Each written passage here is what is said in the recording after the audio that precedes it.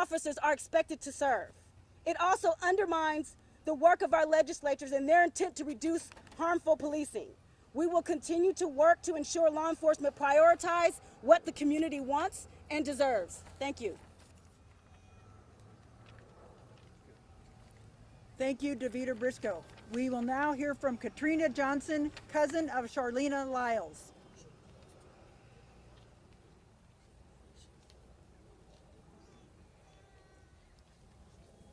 Good morning. I hope that I would be able to be here under better circumstances. And it's not enough to be disappointed in our law enforcement officers who have decided that they will not do what they've been trained to do, and that is to protect and to serve at this point in time. There is nothing in 1310 or 1054 that is prohibiting them from doing their job at this current time. They are turning this into a political bloodbath, and the people that will suffer from this are the people in the community. We, as the Washington Coalition for Police Accountability and Impacted Families, have always, even in the midst of our trauma, extended our hand so that we can build a bridge for everyone in the community, including them.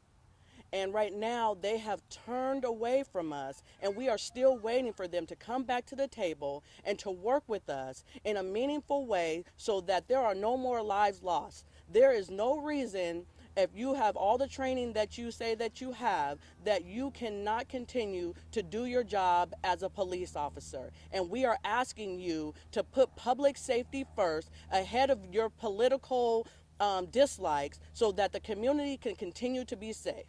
We are not part of the defund movement, but if you, as people that are being paid by the city, are not going to do your job, what's left for us to do?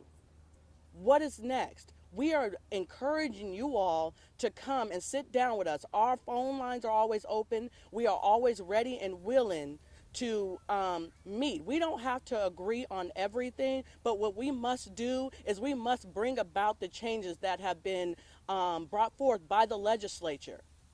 And no, there are laws that I don't agree with, but it doesn't matter. We still have to work together for a better tomorrow, and that is what we are asking you all to do. This political posturing that you all are doing right now is unacceptable, and the only people that are going to be hurting is the greater community who pushed for these laws to be changed by our legislators. So please come to the table and work together in a collaborative way. Thank you, Katrina. Next up, we have Sonja Joseph, the mother of Giovanni Joseph McDade.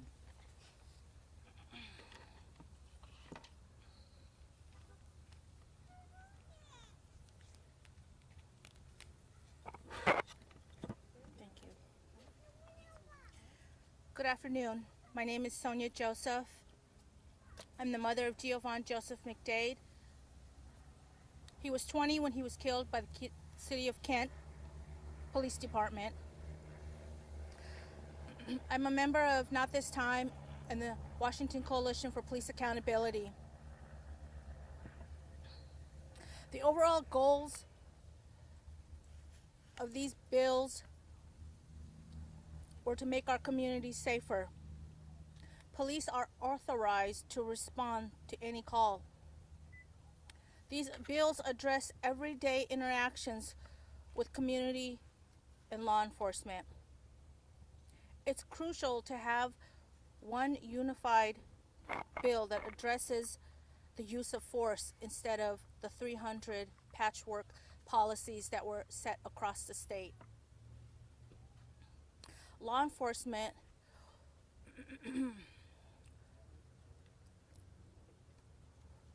was involved. They had input in the legislation. These laws were passed to reduce violence and increase accountability. The intent was clear, but rather than embracing these changes in the WAC put in place by vested stakeholders who wanted safer policies and safer policing, But some members of our community, law enforcement members, have decided not to do their job if they can't use force, or if these policies don't revert back, or if they're not amended. This behavior is disrespectful to the very fabric of upholding the law. It's disregarding the communities that our officers serve. Officers have chosen not to follow the law and the policies. Let's go back to the reason why we created these changes. Because we didn't want officers to act above the law or have special privileges to bend the law. And so we created measures to have accountability when there is misconduct or the use of deadly force. We all agree that law enforcement isn't the right response to every situation, and we're working on solutions. However, these officers cannot decline service requested or leave the scene or outright not do their job. This is shameful, and it reflects poorly on the departments that are allowing this behavior.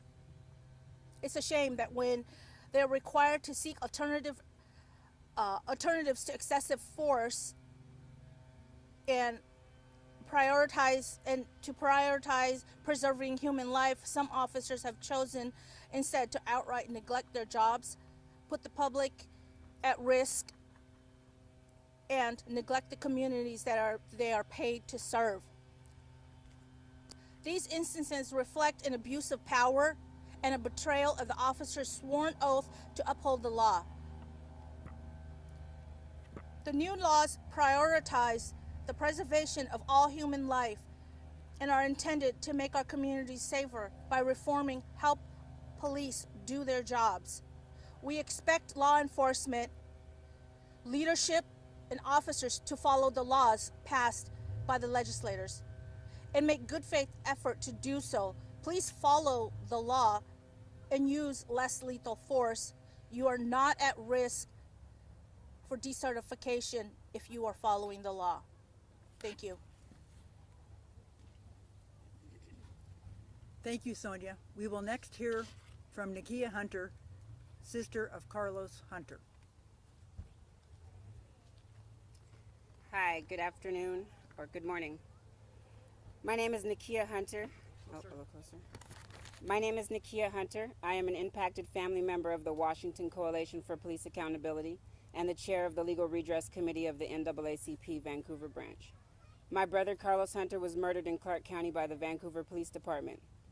Carlos Hunter was one of 7 men to lose their lives, and they 7 of 9 to have violent force used against them since 2018, when I-940 was passed. All justified with the exact same excuse. They didn't listen to multiple conflicting commands or respond as expected, so force to the extent of taking their lives was used. A 16-year-old child, Clayton Joseph, an adolescent youth, Kevin Peterson Jr., mentally challenged houseless individuals, Michael Pierce, William Abe, profiled and stalked Carlos Hunter, to name a few. When we came together to work on legislation last session, we were broken but not defeated. Hopeful yet mindful of the battle it would be just to get through simple legs of the race. The track was never designed to be equal to every runner. Law enforcement continually refused to hold meaningful debate on what changes we could work on together. They shut every door extended to them and barred it with amendments that dated the law even more so than it stands today. We welcomed law enforcement and city officials all across Washington to join in lending their voices, experiences, concerns, visions, and plans for a better, equal judicial system in hopes of structuring policing and laws that no longer had the rules of engagement rigged. Justified killings, the ability to investigate themselves, using military equipment and selective de-escalation isn't the way Washington state communities want to live. These bills passed show it isn't the way we are choosing to continue being policed. Our officers statewide are saying if they cannot use force, they will not be able to show up to the call due to the new bills passed. We know that de-escalation has been allowed to be chosen, when to use, and at what level with no fear of consequence.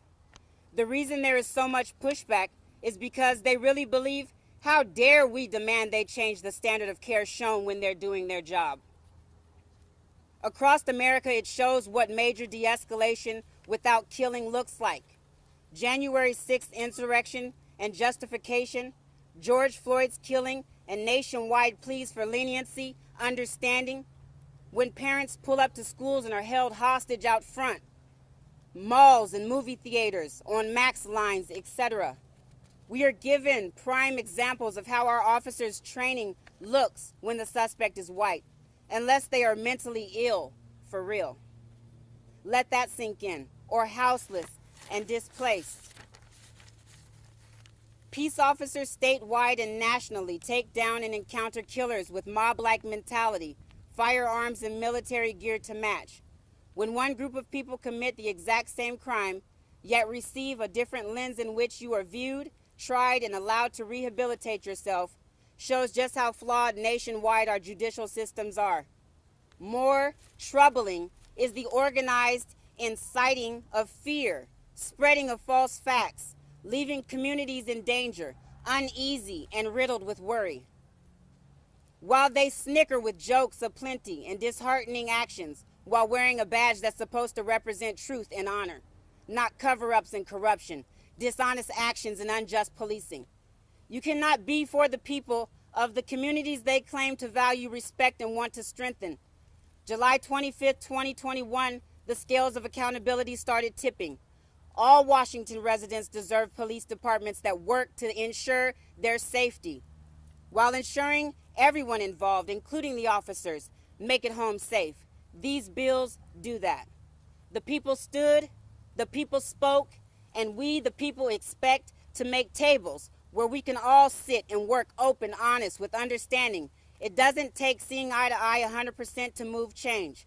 We must unite together, move reform and equality for every member of all communities across Washington state. Community oversight boards need to be created in each county, big and small. United, moving reform needed statewide.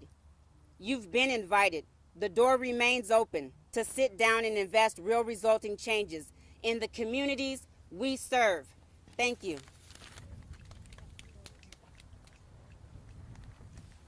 Thank you, Nakia. That was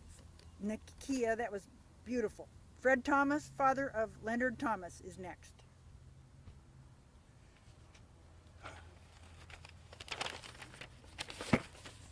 Good morning, everyone.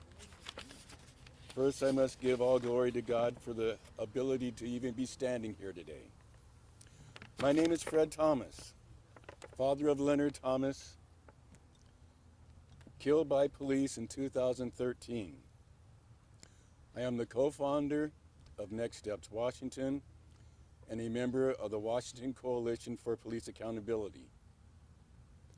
Earlier this year, legislation was passed with the intent of making encounters between community and law enforcement safer for everyone.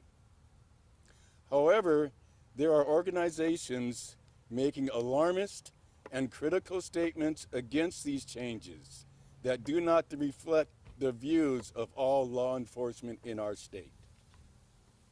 Our question to these agencies is, are you telling us you cannot do your job without the ability to use unnecessary force? Because unnecessary force is the only thing these new laws prohibit.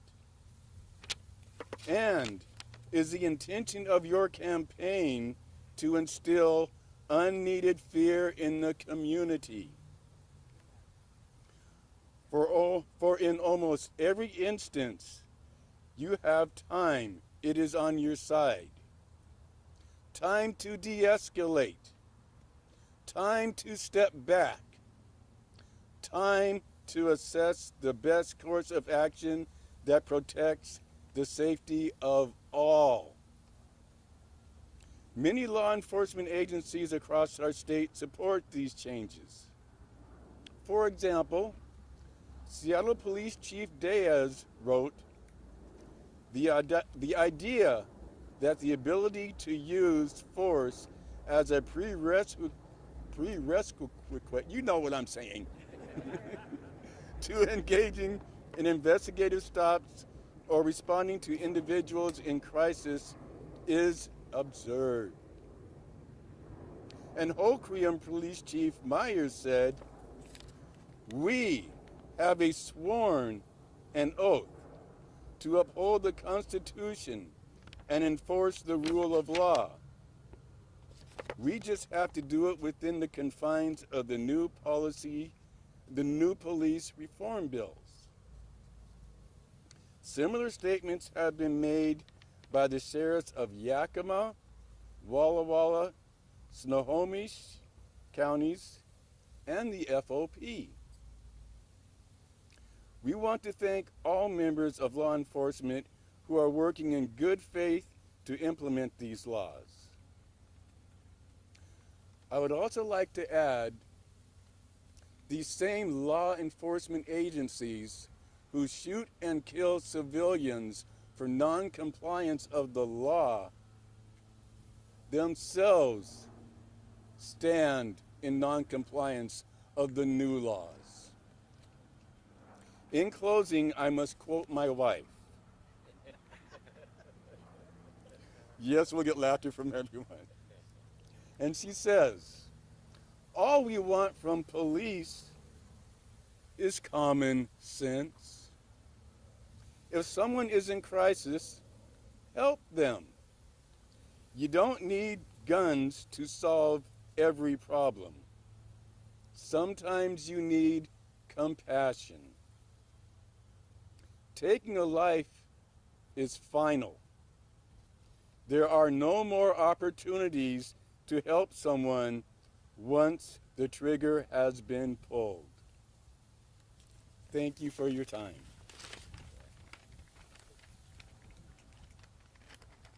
We are now going to hear from Marilyn Covarrubias, mother of Daniel Covarrubias.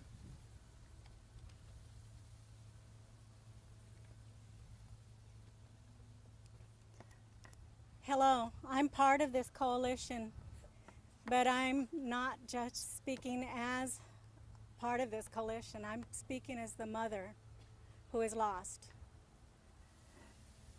I believe that officers are intentionally making a choice not to do their jobs in an attempt to mislead the public by misconstruing the new laws, inserting a false narrative to the bills that have been put forth, politicizing a cause that has never been about politics.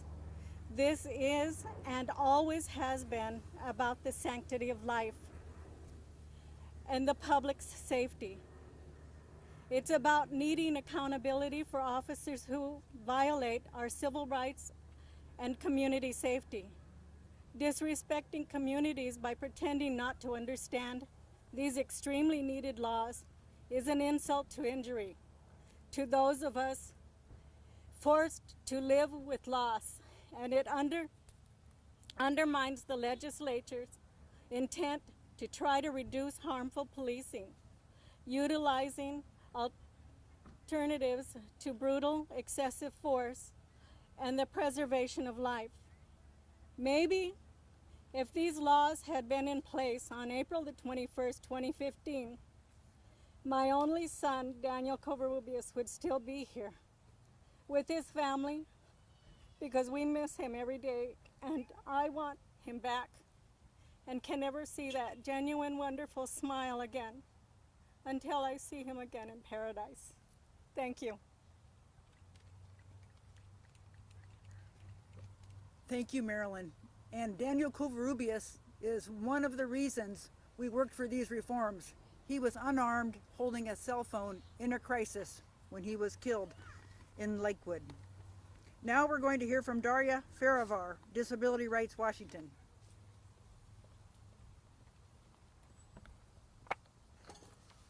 Before I begin, I want to take a moment to say thank you to the families who constantly and courageously share these stories and keep the memory of their loved ones alive through this advocacy.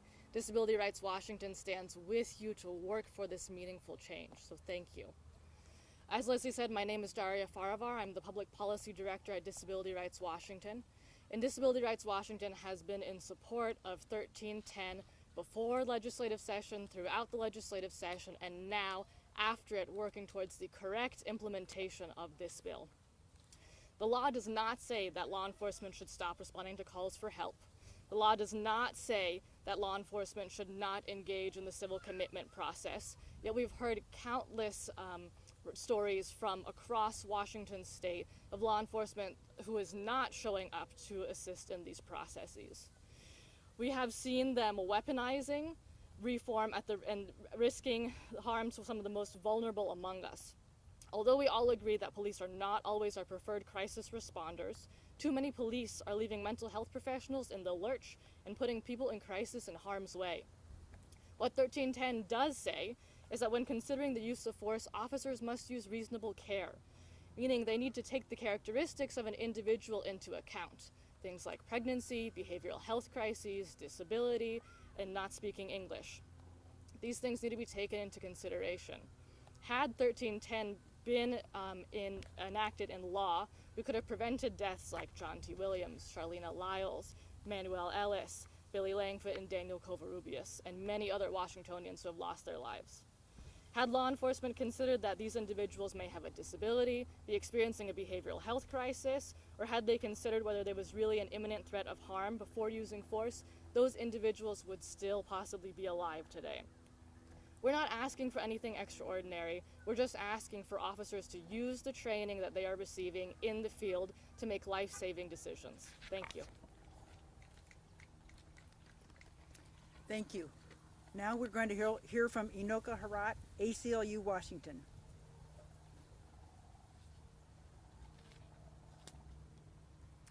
My name is Inoka Herat, Police Practices and Immigration Counsel at the ACLU of Washington and a member of the Washington Coalition for Police Accountability. Last year, thousands of us across Washington showed up to protest police brutality. This year, we have new laws, statewide standards that emphasize de-escalation over confrontation. Last year, thousands of us showed up to protest police racial profiling. This year, we have new laws that require officers have more than just a bias-prone hunch before they can use force on someone. Last year, thousands of us showed up to hold police accountable. This year, we have more tools to hold officers accountable if they violate people's rights. These new laws are already working. Police killings have dropped to a half of what they were by this time last year, a third of what they were by this time in 2019. Washingtonians demanded that policing change. These new laws did not bring symbolic change, they brought real systemic change to how police interact with each of us. These new laws are already preventing some of the harm we've seen, and yet police are pushing back. They are misrepresenting the laws and blaming the new laws for their harmful choices. But the laws do not stop them from doing their jobs.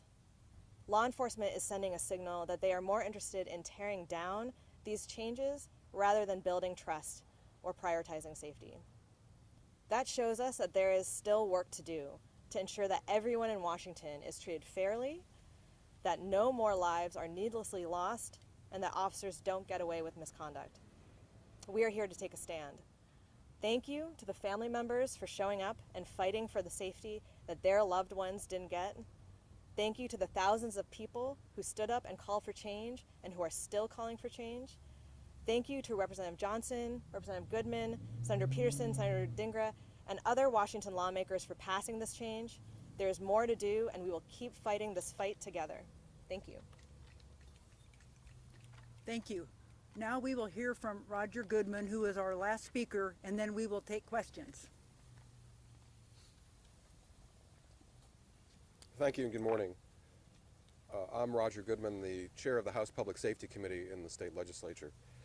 And I want to thank and acknowledge the families for reminding us that the legislature enacted these reforms for a reason, that the intent of the legislature through these bills was to reduce violent confrontations between police and the community, to focus on de-escalation, and there's a whole host of de-escalation tactics at the disposal of law enforcement, and to use force as a last option, and also to make sure that the police treat all communities equitably. I acknowledge also that there may be some ambiguities in the law. Any major reform inevitably needs refinement and clarification in the subsequent legislative sessions. And so I intend to convene all parties, as we did before these bills were enacted, to see if there are any ambiguities that need to be clarified. But the bottom line is, between now and when we do take up legislative session again, the police are not going to be sanctioned or punished for doing the right thing. The police have the discretion to show up at a call, but nothing the legislature did prevented them from responding to any call. I will conclude there because we might have questions, but I just want to say that the bottom line is we are going to ensure that law enforcement is not going to get in trouble for doing the right thing. And we're working very closely with the Governor's office, with the Attorney General's office, with the Criminal Justice Training Commission to make sure that we clarify the law even before, or clarify our intent even before we change the law if necessary. And I'll leave it for that. Any questions? We have one from Gene, the AP. Yeah, I just was hoping somebody could address what the police should have done in a situation like this one that occurred here in the parking lot. The officers are saying they couldn't release the dog because they couldn't use force because they didn't know who the suspect was, where the suspect was. So what should they do?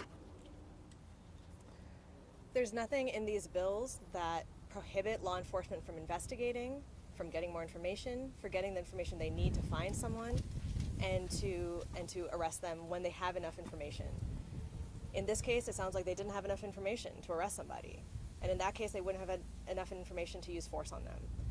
The intent of these laws was to make sure that suspects, that people who are targeted or where law enforcement has a hunch about them, aren't harmed unless there is enough information that this is the person who committed the crime that just happened. But can they use a police, under the new laws, can they use a police dog to track somebody? They can use a police dog to track someone. Yeah, there's nothing prohibiting them from using a police dog to track someone, and there's nothing prohibiting them from asking questions, from following someone, from pursuing them, and from investigating. But they're saying that the use of the police dog in this instance here, there was every possibility the dog would attack whoever it came across, and they wouldn't have had probable cause at that point, and so they would be violating the law and held accountable, even though Goodman says you won't be held accountable in this case.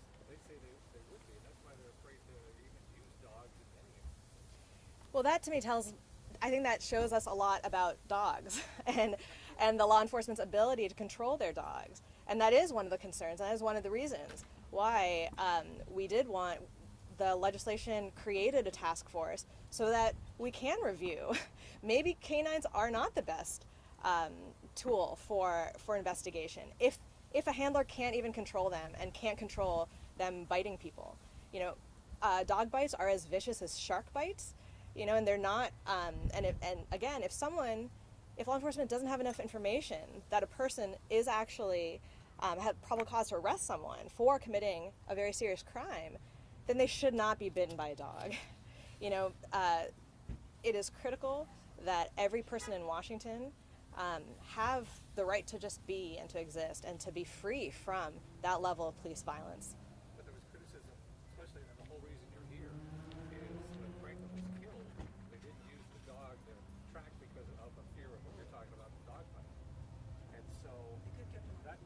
still at large?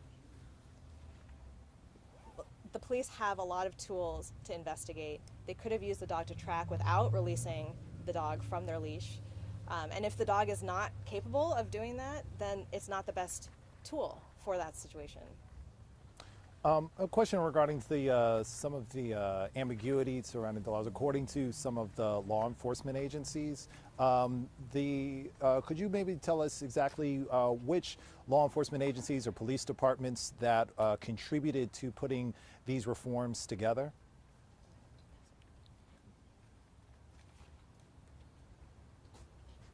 I do want to reaffirm that during the very long process, we had an 8-month on-ramp of an inclusive, respectful process, very deliberate, consulting with law enforcement, every single law enforcement union, the sheriffs and police chiefs, getting briefings from them. We're not the experts, they're the experts. Hearing from scholars from around the country, from youth groups who interact with law enforcement, from community groups and families. We really, I don't think I've ever been involved in a legislative project that was this deliberate and this respectful and inclusive. So police were at the table, no doubt about it. And it's very important to stress that this was not rushed through. And also, the House and the Senate coordinated to a degree unlike ever before, which is actually unusual. But there were, in the end, some doubts or some, again, ambiguities that may need to be clarified. An example, for instance, is the use of the non-lethal rounds with a shotgun that might technically be in violation of law. Police never brought that up with us. We went line by line through each of these bills. I had 7 in the morning meetings every day on Zoom with all of the police groups. And so there really was input from all sides. And I do have to say that many, if not most, of the police agencies that I'm communicating with now understand what we've done and tell me, yeah, we get it. We agree with your intent. This is what we do already. These are our existing policies and practices. Our recruits coming out of the academy are trained in this, in de-escalation and minimizing the use of force. And so there's a variety of views out there, but I can tell you most of the police agencies that I'm speaking with support our intent, will maybe have to adapt a little bit, but are going to continue to serve their communities. Well, speaking to that, just one follow-up. Could you maybe give us an idea of who here in Pierce County, which police departments was the Pierce County Sheriff's involved? We had another incident in Bonnie Lake with Bonnie Lake PD involved. What police departments here in Pierce County were a part of these conversations? Well, in the legislative process, we don't communicate with individual officers or individual chiefs or departments. We interact with the organizations that represent them, including the Fraternal Order of Police, the Washington Council of Police and Sheriffs, and the State Patrol Troopers Association. The Federation of State Employees has a number of police bargaining units, the Teamsters, and the Washington Association of Sheriffs and Police Chiefs. All of them were really on a daily basis consulting with us. And as I said, with such a comprehensive reform, we're going to maybe miss something. But that doesn't mean that our intent is not clear. And as I said, most of the agencies we've been talking with agree with our intent and understand it and will continue to serve their communities. Could one of you please specify, maybe it's a question for the ACLU, you can talk about where you're hearing the public complain that officers aren't even responding? Anyone? Thanks so much. Your name, sir? My name's Chris Lamkin with SEIU 1199 Northwest, representing healthcare workers here in Washington State. We represent members at a place, Cascade Behavioral Health Hospital. They were dealing with a patient who they needed help. Their for-profit company refuses to provide security. They called Tukwila Police. The police department said, "We will not come out unless there is a body on the ground." 11 workers were unable to restrain a patient in crisis.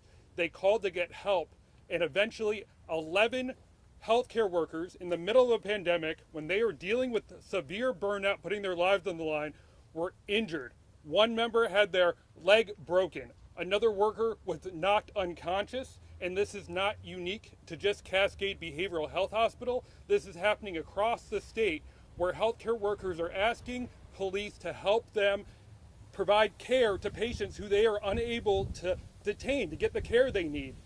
And they're putting healthcare workers at risk by not responding, which is why we're asking police to do their jobs, to protect and serve, and not to be the first responders when someone's in behavioral health crisis. But if these trained medical professionals are asking for help, help them, because when they're not responding, the healthcare workers are at risk. That's a real example. Do you think the Attorney General's guidance that Goodman just got regarding responding to mental health situations will alleviate that and give the police the power to respond? We sure hope so. And like Representative Goodman said, parties were at the table. We brought people together to try to have a solution to have everyone get home safely. We want to see public safety mean something different, where it doesn't matter where you come from, it doesn't matter what you look like, it doesn't matter if you're in crisis, that your family can know that you're going to be coming home safely. So we want police to get home safely, we want patients in crisis to be home safely. That's why we brought all the parties together, and we really do hope that the new guidance will help ensure patients, workers, police, families will not have to stand here like we are doing today as a coalition. For Davida, you had mentioned Go ahead. the idea that are police doing this just to spite the new laws, that they're purposefully standing back just to say we're not going to do this because we don't like this situation? Absolutely. I feel like it's a coordinated campaign, a political attack against the reforms that were implemented. This homicide occurred 3 days after those laws were enacted, and so this was a political statement. This was a response. This was to make a political point that they don't agree with the reforms, and they're not going to do anything to implement them either. And so we would like law enforcement to continue to cooperate, to be inclusive of these communities and families, and to coordinate with us to implement these laws the way that they should. They should embrace them, not encourage behavior that is going to continue to harm the most vulnerable populations. I would like to answer the first question asked. What the police should have done is their job. They should have come here knowing that they don't have all the information. They never have all the information when they show up. Their job is to seek that information. Their job is to go out and find what went wrong. Believe me, a well-trained canine can seek out someone and detain them without biting. That is another reason why we have another set of legislation that goes well into training canines. They can do their job without harming human beings. I've seen it myself. I've been in the suit.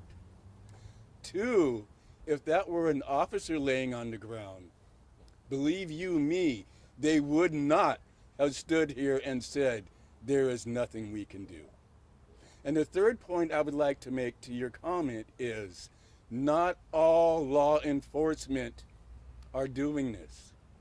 There are plenty of agencies across our state who understand that change is necessary, who are on board with this, and there are only a few loud speaking agencies who are saying we're not going to show up, who are saying this can't be done. This is not all law enforcement across the state of Washington. They are divided. We need to seek out the ones who do not want to follow the law, and we need to put them on notice that this is a new day. Thank you. I just have one question for Mrs. Herat in regards to that statistic you put out about police killings being down as a result of this. When you say this, the killings were lower when compared to last year, did that take into account COVID and all of those things, or has it also been compared to 2019? Have we seen a decline since these laws have been enacted? When you look at the data, on average in Washington state, law enforcement kills between 30 and 40 people a year. That number was lower, a little bit lower last year. It's still higher as compared to from today compared to last year at this time. It's about half the number of people who've been killed. In 2021, there's been 11 people who've been killed by law enforcement, and that is significantly lower than it was last year, and a third of what it was 2 years ago. Representative Goodman, is there any thought of changing, altering the laws to allow for the use of the beanbag shotgun, so that like helmets, SWAT officers don't have to use a bucket of rocks? Yes. Let me comment on a few things. First of all, canines. When we were putting together the legislation related to tactics, we did consider restricting the use of canines to chase suspects, to arrest people, and we got a lot of input from the canine officers and units across the state and had several meetings with them and realized we need to be very careful about this. So we have not altered at all canine practice in law enforcement. We're going to be convening through the Criminal Justice Training Commission a working group with all the experts to come up with a statewide uniform model policy. So nothing has changed with regard to policies related to, or practices related to canines. Just wanted to make sure that that's clear. We're being very deliberate about that. There is a diversity of opinion and statement and concern across the state among different law enforcement agencies. Fred is correct. That we're hearing from some, as I said, in my area, who say, we get it, we understand, we agree with your intent, and we're going to maybe have to adapt a little bit. Seattle Police says they don't really have to change anything at all. And that's really the main point. The legislature didn't change very much. The legislature simply codified and affirmed existing policies and practices in those departments that live up to best practices, and confirmed and codified existing training. Those recruits coming out of the academy right now are being trained in implicit bias and in de-escalation and understanding that the use of force is the last option. As to those uncertainties, I want to provide certainty to law enforcement. That's what they need. And so we will provide that certainty. And so we are working closely with the Attorney General's office. We got the initial guidance that nothing we did prevents law enforcement from showing up. And the further guidance we're going to be getting will address what happens when they show up. But again, they have a broad array of de-escalation tactics at their disposal when they show up to a scene. As to the beanbag or the non-lethal rounds, we're working now with the Criminal Justice Training Commission to provide clarity to law enforcement through a number of means they have, including an advisory opinion, an emergency rule with the force and effect of law between now and the legislative session, to know, so that law enforcement knows that where we have encouraged the use of less lethal force, that they can go ahead and do that and not be sanctioned, not be subject to investigation or any discipline or any negative consequences. The Criminal Justice Training Commission will make that very clear as soon as possible in an expedited fashion.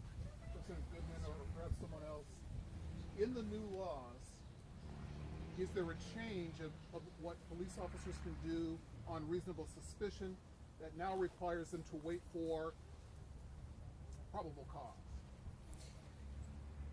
So the police don't, the police aren't, how do I phrase this? The distinction between reasonable suspicion, which is less than 50%, it could be very vague suspicion on limited information, and probable cause, which is fairly clear enough to know that you can effect an arrest. The police don't wait between reasonable suspicion and probable cause.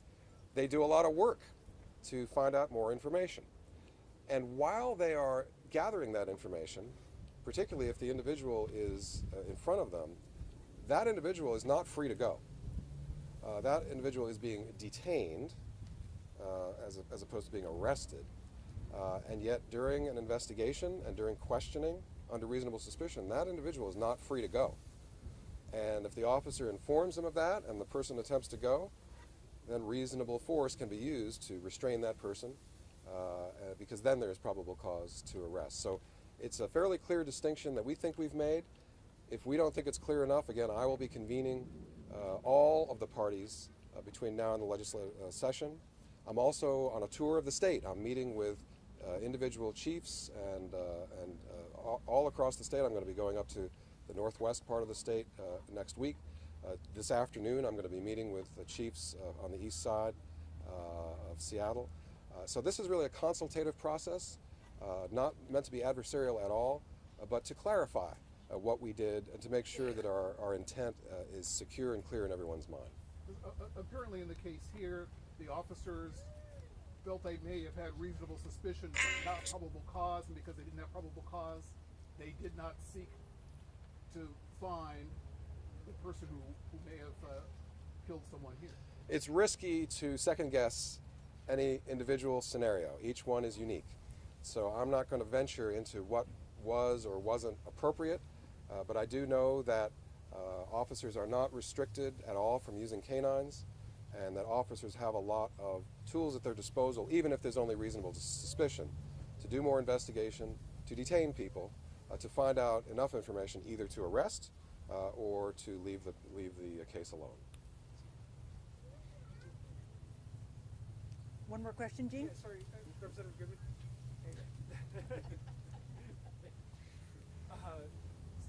One of the issues that some law enforcement have complained about with regard to 1310 is that it says you need probable cause to use force, but there's no definition of what force is Yes. in the law. Is that something that you're looking at? Do you intend to add a definition? We are working in the legislature very closely with the governor's office to propound a series of questions to the Attorney General's office for a formal advisory opinion on a range of issues. We've received input from prosecutors across the state and city attorneys, and we've received input from the sheriffs and police chiefs. This isn't final yet, but we're in the process of seeking that guidance, including the question of what force means. That might not necessarily be a legal answer, however, because it's just about the common meaning of words. And yet, I am concerned that if we were to establish a line of what is force and what isn't, then it would be arbitrary case by case. And so I think what's best is to go back to the training and to go back to the existing policies of most departments as to when force may or may not be used, and that it needs to be reasonable. And we outlined in the bill all of the tactics, short of the use of force, that in most cases are used because force is relatively rare. But it's a little risky, I think, to define what force is, because then there's an arbitrary line above and below. I think that is it. I want to thank everyone for coming, and I want to reiterate that the Washington Coalition for Police Accountability is centered on families. Their voices set the priorities for our work, and our priority now is to make sure these reforms are in place, not roll back the substance. We commit to working with the legislators and law enforcement on the clarification, but we are going to keep the substance and policies in place. Thank you.